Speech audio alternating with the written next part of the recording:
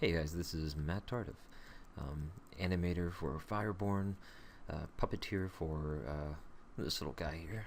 This little guy, hey! Um, so what I wanted to talk about right now is blocking to, kind of moving from blocking to spline, and the information that you put into your blocking.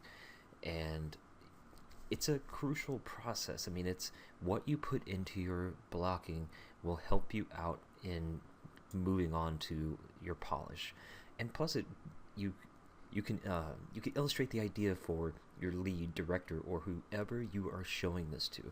You need to convey your idea. You can't just put some crap down there that is just wobbly and timey-wimey and all this stuff, and expect your lead or director or whatever to understand what you're doing. You have to understand what you're doing, and part of that process is putting the right amount of information into the blocking phase. It's like an outline for a book. If you don't have the proper outline and you just start writing without any idea where you're going, then it will show. And it just, no matter how amazing the animation is, it just won't make sense. You can polish things to your heart's content, and it just won't make sense. So what I had to do with this is to come up with an idea for a heavier attack for the Greedling. And it's not supposed to be something where he leaves the world node and runs around and rip heads off, or it's not some sort of interactive or non-interactive event. It's just meant to be something that stays within the world node and is a heavier bam boom sort of attack. And I tried a couple different ideas, and they were too big. I had one where he actually reaches out at the character and lifts him up over his head and throws the character. But again, that's a little too long, and it's not something you can really do over and over. With this one, you could do bam, this first one, and actually I could create another animation of just bam, bam, bam if I wanted to. I mean, it might seem a bit funny, but the thing is, this is something that could repeat. Boom, boom, boom, and so on, which you believe that it would work. So part of what's putting the right amount, going back to putting the right information, the correct information in the blocking process. And this is part of understanding your character, understanding the mechanics, understanding that what I can and cannot do with these hands and the legs and the upper body. You treat it like a biped, but at the same time not. So the first thing I need to do is that I know that I need to go from the idle to here and then back to idle, or back to an attack pose. I don't bother going back to the idle pose because it just didn't make sense. So I get ready for an attack pose, and this is the part where, you know, I'll do an idle, a separate idle for this attack pose, and if the player isn't within his, you know, within his area of sight, I guess I could say, then he'll go back to the idle. But at this point, he's ready. So he's ready to do something else, or he could do that again. So I could create another animation of him going from this pose to doing this again, or maybe doing something else, where he swipes left and right or whatever. And yeah. So I know that. I know I want to get from here to here and then to this pose. So what do I do in between? And so I come up with the anticipation and him moving forward, and I want a nice amount of anticipation because I want this to read that this is going to be a big attack. This is going to be a big, when he hits the ground, it's going to sell as being anticipation, and then boom, and you want to have that feeling of shake. And when I'm not sure how they're gonna handle with what's gonna happen to the other characters that will be affected by this. They might fall, they might get knocked back, they might stumble back, they might vaporize, or they might disappear, they might turn into rabbits and run around looking for carrots, whatever. There's lots of things we could do, or they could do. So, right amount of information, so correct information. So I know now I have this, and I want the anticipation. So getting the right anticipation pose is not easy, because you could try different anticipation poses. Does this work? Well, I don't know. Does it? You know, I could easily, where is my upper arms? There. You know, I could easily have the anticipation pose way back here like that, which already tells me that because I have it back there, I'm going to have a bigger build-up process, because in build-up process, I just mean it's going to take me longer to get out of this pose, because it's going to take a longer anticipation because I'm dealing with this arm that's way down here, which if that's what I wanted to do, that's fine. I don't believe it's proper for me to do that right now, because I'm trying to execute something that's heavy but doesn't take a long amount of time. So it's kind of finding that balance. So I chose this, and I didn't choose this first. I chose this, and then I came in and kind of chose a little, put a breakdown in between. So I chose this pose. Oops. Next pose I chose was this. So I go from here to here. This is the next key I created, because I want to know what's in between that. How am I moving from, looking at the torso, how am I moving from here to here, where he's starting to slow into where he's squashing into this weight, and then as he's kind of like a whip, sorry, not a wimp, and this is driving this, obviously, this is driving this, so this is moving towards this. The hands are still in this nice anticipation pose as it's whipping through here, and then boom, nails to the ground. And I like this pose because it kind of, yes, it kind of flattens him out a little bit and creates this sort of cocoon almost shape, but it shows a lot of power. The fact that he steps forward like that, he's going to anticipate the weight that's going to transfer forward. He's got a nice line of action here. Let me show you what I mean. Nice line of action. And if you haven't used the grease pencil yet, you're missing out. So he's got a nice line of action here. Still coming here, you got this force pushing on the curve, and then boom, pew, pow, boom, where he lands like that. So delete those, then bam. So I definitely want to hold there, and I'm not going to do the settle right now because I don't need that information in there. I know I'm going to put the settle in here. I know that that's going to exist. And putting it in, if I were to put this information in there right now, yes, you could, but I don't need to. I'd rather handle that when I get into the polish. So all I'm concerned right now is the posing, and I'm concerned about the timing as well. So let's take a step back. So when I'm talking about the timing and spacing, when I first keyed this, I just keyed it on 1, 2, 3, 4, 5, 6, 7, and so on. I wasn't worried about the timing at that point. I just concerned myself with the spacing, getting conveying the right amount, the right idea to me, so then I could present it to my lead.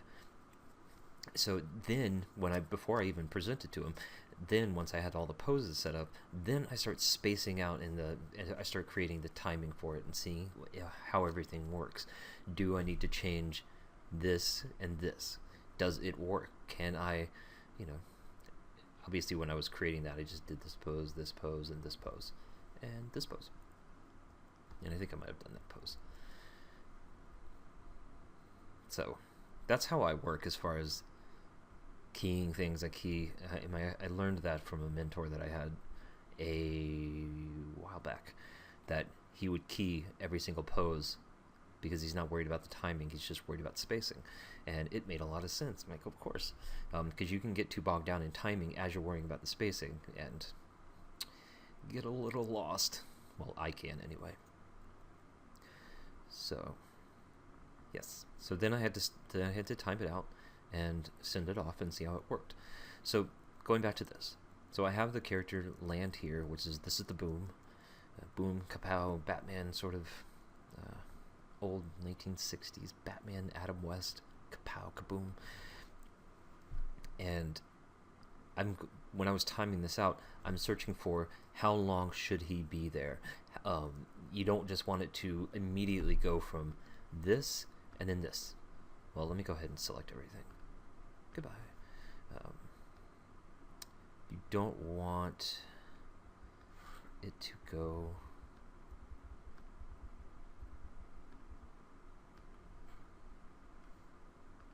You don't want it to do this. Boom. That doesn't sell anything. That doesn't say power. That doesn't say that he put a lot of force and strength and energy into hitting the ground to create this wave of energy that's going to knock everything back. That doesn't say that at all. It just says he hit the ground and he's mowing the lawn. He's raking the tilling the soil, and he doesn't scare anybody. So let me back that up.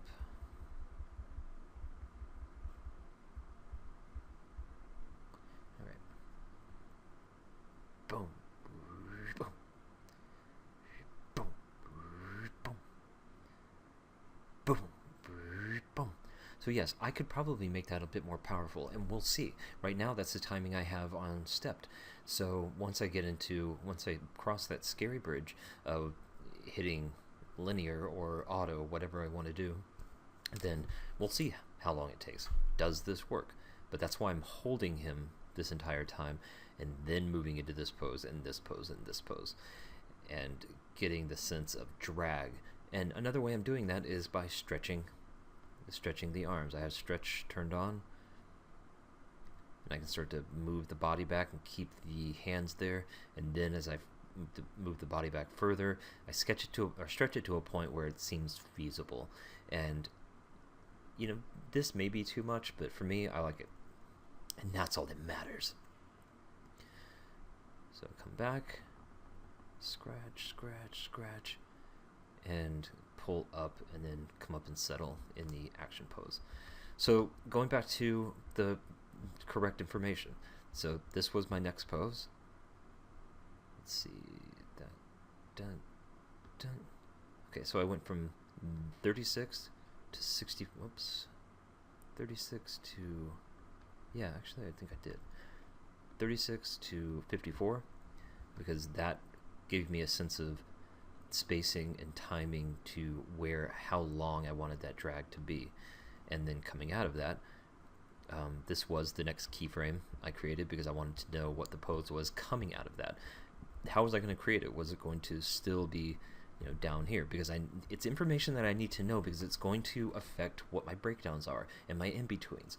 Because if I don't have the right information, then it's not going to help. My in-betweens and breakdowns aren't going to work. They're just going to help support this crappy animation.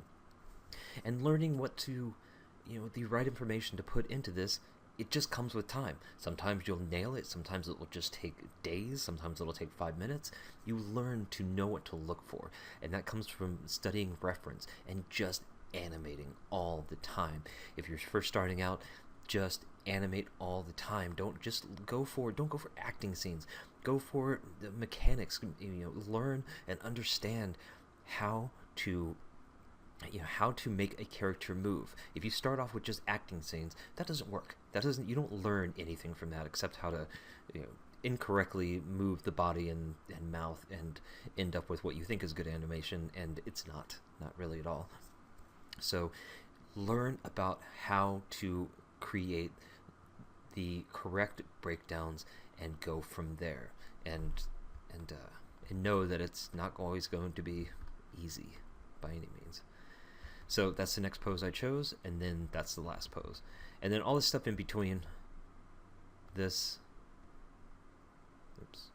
pose, and this pose, well, that pose was normal, and this pose coming up, a lot of these in-betweens or breakdowns I made, they were to also help me further explain to myself and to my lead what I was doing.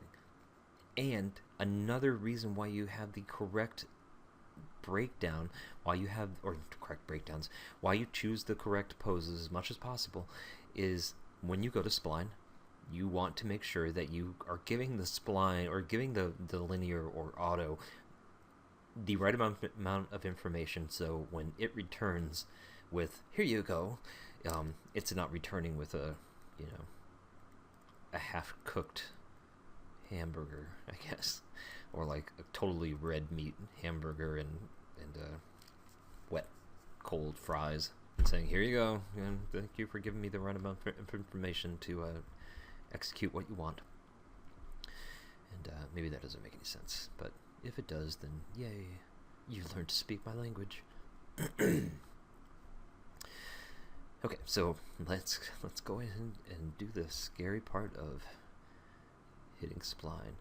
And I really don't work on step mode that often. This was more to just kind of time it out and show it to my lead so that he could get an idea where I was working. I usually have it in linear or auto and just skip between the frames like that to kind of treat it like it's stepped. Or you also have this enable step preview, so it's another way of doing it. Okay, I'm procrastinating about turning this in to spline, so here we go. Dun dun dun, boom. What have I done? Boom. Alright, here goes. No.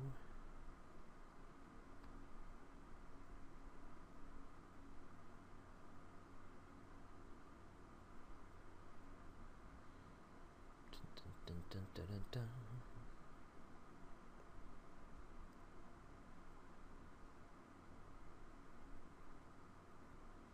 Come on, 30, 29, let's go. Come on, give me, oh, that's fine, yay, 30, boom. Alright, so I have a lot to work with there. I'm looking at it now, and a lot of my timing is like really crappy, but I have something to work with. And now what I'm going to go in and do is just hit it straight ahead. And what I mean by that is just as let me make sure my keys are. Nope. What I mean by that is now I'm not going to worry about keying on every single frame. I mean, at least not right this second. Maybe will have with some of them.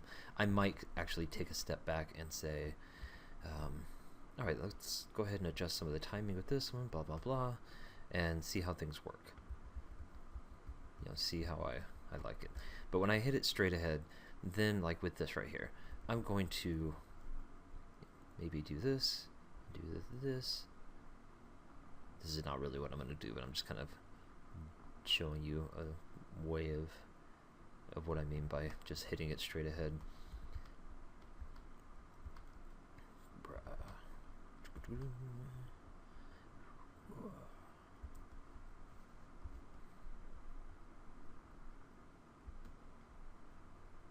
Maybe this one hits a little bit further back, and then da da da da da.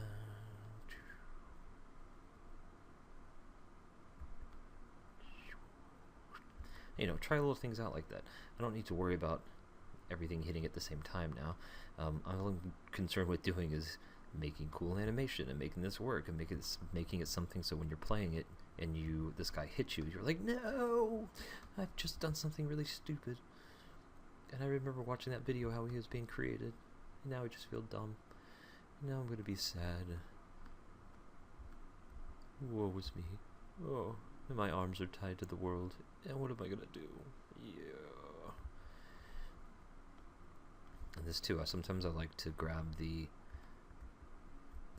hips, which is awesome when you have the independent control like that, and maybe I lead with the hips a little bit and say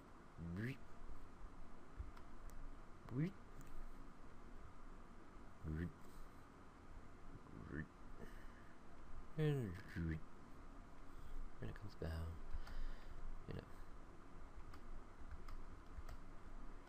Obviously I'm not going to do that, but it kind of just gives you an idea of what I'm talking about, hopefully. So, there it is, in all its glory.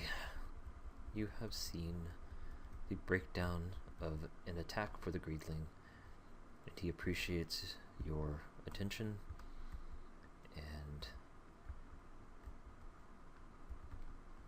says bye-bye.